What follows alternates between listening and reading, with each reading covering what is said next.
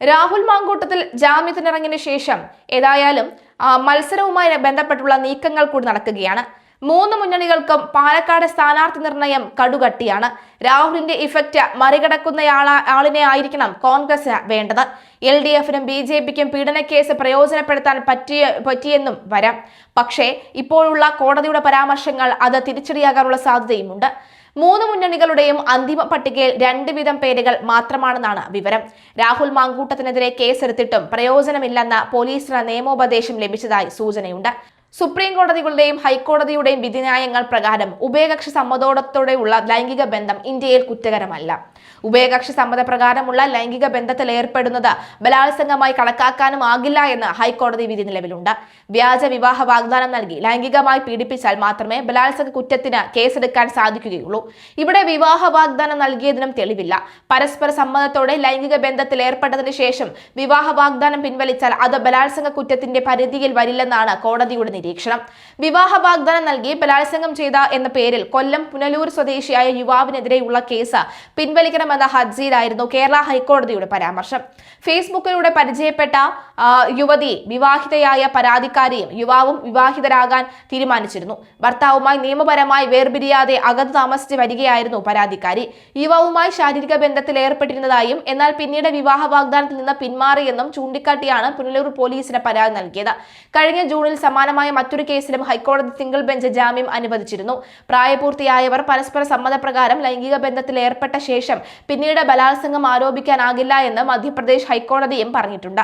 വിവാഹ വാഗ്ദാനം നൽകി തന്നെ ബലാത്സംഗം ചെയ്തെന്ന് കാട്ടി യുവാവിനെതിരെ യുവതി നൽകിയ ബലാത്സംഗ കേസ് റദ്ദാക്കിക്കൊണ്ടായിരുന്നു കോടതിയുടെ നിരീക്ഷണം. 37-കാരനായ യുവാവിനെതിരെ അധ്യാപികയായ യുവതിയാണ് പരാതിപ്പെട്ടത്. ഇരുവരും വിവാഹിതരാണ്. എന്നാൽ വിവാഹ വാഗ്ദാനം നൽകി തന്നെ ഇയാൾ ബലാത്സംഗം ചെയ്തെന്നായിരുന്നു അധ്യാപികയുടെ പരാതി. എന്നാൽ ഇരുവരും തമ്മിൽ പരസ്പരം സമ്മതത്തോടെയുള്ള ബന്ധമായിരുന്നു എന്ന ബലാത്സംഗ കുറ്റം റദ്ദാക്കിക്കൊണ്ട് കോടതി നിരീക്ഷിച്ചു. ഇരുവരും വിവാഹിതരായതിനാൽ വിവാഹ വാഗ്ദാനം നൽകി ലൈംഗിക ബന്ധത്തിൽ ഏർപ്പെട്ടെന്ന ആരോപണവും നിലനിൽക്കില്ല എന്ന് ചൂണ്ടിക്കാട്ടി കോടതി നിരീക്ഷണമിറക്കി. മഹാരാഷ്ട്ര സ്വദേശിയായ 37-കാരൻ ഒരു വിവാഹ ചടങ്ങിനിടെയാണ് അധ്യാപികയുമായി പരിചയത്തിലായത്. പിന്നീട് ഫോൺ വിളികളിലൂടെ ബന്ധം വളർന്നു. വീട്ടിൽ ആളില്ലാതെ എന്ന സമയം താൻ അധ്യാപികയുടെ വീട്ടിലെത്തുകയും അവരുടെ സമ്മതത്തോടു കൂടി ലൈംഗിക ബന്ധത്തിൽ ഏർപ്പെടുകയും ചെയ്യുകയായിരുന്നു. ഇയാൾ കോടതിയെ അറിയിച്ചു. രണ്ടുപേരും വിവാഹിതരായതിനാൽ വിവാഹ വാഗ്ദാനം നൽകിയിട്ടില്ലെന്നും ഇയാൾ പറഞ്ഞു. എന്നാൽ ഇവർ തമ്മിലുള്ള ബന്ധം വഷളായതോടുകൂടി ഇയാൾക്കെതിരെ വിവാഹ വാഗ്ദാനം നൽകി ബലാത്സംഗം ചെയ്തെന്ന് കാട്ടി അധ്യാപിക പോലീസിൽ പരാതി നൽകി. സമാന കേസുകൾ അടുത്ത കാലത്ത് സുപ്രീം കോടതിയിൽ നിന്നും മറ്റ് ഹൈക്കോടതികളിൽ നിന്നുമുള്ള വിധികൾ ചൂണ്ടിക്കാട്ടിയായിരുന്നു മധ്യപ്രദേശ് ഹൈക്കോടതി ജഡ്ജി ജസ്റ്റിസ് സുജോയ് പോളിന്റെ വിധി. ചില പ്രത്യേക സാഹചര്യങ്ങളിൽ ഒഴികെ പരസ്പര സമ്മതത്തോടെയുള്ള ലൈംഗിക ബന്ധത്തിന് ശേഷം സൗഹൃദ ബന്ധം തകരുമ്പോൾ അത് ബലാത്സംഗ കുറ്റകൃത്യമാകാൻ കഴിയില്ല എന്ന് കർണാടക ഹൈക്കോടതിയും വ്യക്തമാക്കിയിട്ടുണ്ട്. ബാംഗ്ലൂരു സ്വദേശിക്കെതിരെ മുൻ കാമുകി നൽകിയ ബലാത്സംഗ കേസ് റദ്ദാക്കിക്കൊണ്ട് ജസ്റ്റിസ് M നാഗപ്രസന്നയുടെ നിരീക്ഷണവും വരുന്നുണ്ട്. ഒരു ഡേറ്റിംഗ് ആപ്പ് വഴി കണ്ടുമുട്ടുകയും വർഷങ്ങളായി ബന്ധം പുലർത്തുകയും ചെയ്ത യുവാക്കൾ കഴിഞ്ഞ വർഷം ഓഗസ്റ്റിൽ ബാംഗ്ലൂരിലെ ഒരു ഹൈക്കോടതിയിൽ വെച്ച് പരസ്പരം കണ്ടുമുട്ടുകയും ശാരീരിക ബന്ധം പുലർത്തുകയും ചെയ്തു. എന്നാൽ സൗഹൃദ ബന്ധം തകർന്നപ്പോൾ ബലാത്സംഗം ചെയ്തതായി ആരോപിച്ച് യുവതി പരാതി നൽകുകയായിരുന്നു. 2018 നവംബർ 22-ന് മുരളീധരൻ സോളാർ വിസിസ് മഹാരാഷ്ട്ര സംസ്ഥാനം എന്ന കേസിൽ പരസ്പര സമ്മതത്തോടെയുള്ള ശാരീരിക ബന്ധത്തെ ബലാത്സംഗമായി കണക്കാക്കാൻ കഴിയില്ല എന്ന് സുപ്രീം കോടതി വ്യക്തമാക്കിയിട്ടുണ്ട്. സുപ്രധാനമായ വിധിന്യായത്തിൽ എല്ലാ ശാരീരിക ബന്ധങ്ങളെയും ബലാത്സംഗമായി കണക്കാക്കാൻ കഴിയാത്തതിന്റെ കാരണങ്ങളും സുപ്രീം കോടതി ഒന്നൊന്നായി അക്കമിട്ട് നിരത്തുകയും ചെയ്തിട്ടുണ്ട്. എന്തായാലും നിലവിലെ സാഹചര്യത്തിൽ രാഹുൽ മാങ്കൂട്ടത്ത് ഇപ്പോൾ പുറത്തിറങ്ങിയിരിക്കുകയാണ്. രാഹുൽ മാങ്കൂട്ടത്തിന്റെ പഴയ പ്രതാപം ഇപ്പോഴും ഉണ്ട് എന്നതിൽ യാതൊരുവിധ സംശയവുമില്ല. എന്തായാലും രാഹുൽ മാങ്കൂട്ടത്തിൽ ഇനി മത്സരിക്കാൻ ഇറങ്ങുമോ എന്നതാണ് പ്രധാനമായ ചോദ്യവും ഉയരുന്നത്. എന്തായാലും പ്രധാന ചോദ്യങ്ങൾ നോക്കുമ്പോൾ നമുക്ക് മനസ്സിലാക്കാൻ സാധിക്കുന്ന ജനവിധി ആർക്കൊപ്പമായിരിക്കും എന്നുള്ളതാണ്. എന്തായാലും തദ്ദേശ തെരഞ്ഞെടുപ്പിന് ശേഷം ഇപ്പോഴിതാ ഈ നിയമസഭാ തെരഞ്ഞെടുപ്പുമായുള്ള ചർച്ചകൾ ഒരു ഘട്ടത്തിൽ നടക്കുമ്പോഴാണ് രാഹുൽ മാങ്കൂട്ടത്തിനെ കുറിച്ചുള്ള നീക്കങ്ങൾ വരുന്നത്. A ക്ലാസ് മണ്ഡലമായി BJP സംസ്ഥാന നേതൃത്വം വിലയിരുത്തുന്ന മണ്ഡലമാണ് പാലക്കാട്. തദ്ദേശ തെരഞ്ഞെടുപ്പിൽ ഭൂരിപക്ഷം ലഭിച്ചെങ്കിലും പാലക്കാട് നഗരസഭാ ഭരണം BJP നിലനിർത്തിയിരുന്നു. അതുകൊണ്ട് നഷ്ടപ്പെട്ടു പോയ വോട്ടുകൾ തിരികെ എത്തിക്കാൻ മികച്ച സ്ഥാനാർത്ഥിയെ തന്നെ പാലക്കാട് അവതരിപ്പിക്കേണ്ടതുണ്ട്. ശോഭാ സുരേന്ദ്രന്റെ പേരാണ് പാലക്കാട് ആദ്യ പരിഗണന.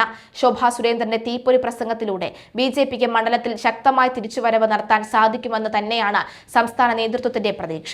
അതേസമയം ശോഭയെ ആലപ്പുഴ ജില്ലയിലെ ഏതെങ്കിലും മണ്ഡലത്തിലേക്ക് പരിഗണിച്ചാൽ മറ്റൊരു സ്ഥാനാർത്ഥിയുടെ പേരും ജില്ലാ നേതൃത്വത്തിന് മുന്നിലുണ്ട്. അത് പാലക്കാട് ഈസ്റ്റ് ജില്ലാ പ്രസിഡന്റ് പ്രശാന്ത് ശിവന്റേതാണ്. യുവനേതാവിനെ ഉയർത്തിക്കാട്ടുന്നതിലൂടെ മികച്ച മത്സര മണ്ഡലത്തിൽ കാഴ്ചവെക്കാനാകുമെന്ന് നേതൃത്വം കരുതുന്നു.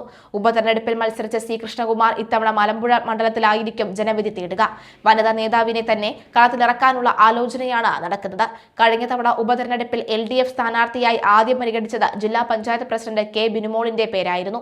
നാമനിർദ്ദേശ പത്രിക വാങ്ങി തിരികെ കൊടുക്കാൻ ഒരുങ്ങുന്നതിനിടയിലാണ് അപ്രതീക്ഷിതമായി P. സരിൻ കോൺഗ്രസ് വിട്ട് CPM-ലെത്തുന്നതും സ്ഥാനാർത്ഥിയാകുന്നതും. പക്ഷേ ഇത്തവണ ബിനുമോളിന്റെ പേരിനാണ് മുൻഗണന.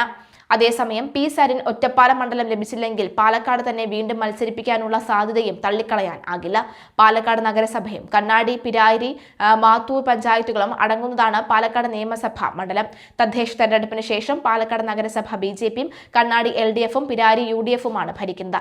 മാത്തൂർ പഞ്ചായത്തിൽ LDFും UDFും തുല്യ നിലയിലാണ്. തദ്ദേശ തെരഞ്ഞെടുപ്പിന് ശേഷവും UDFിന് തന്നെയാണ് പാലക്കാട് മണ്ഡലത്തിൽ വോട്ട് വിഹിതം കൂടുതൽ ഉള്ളത്.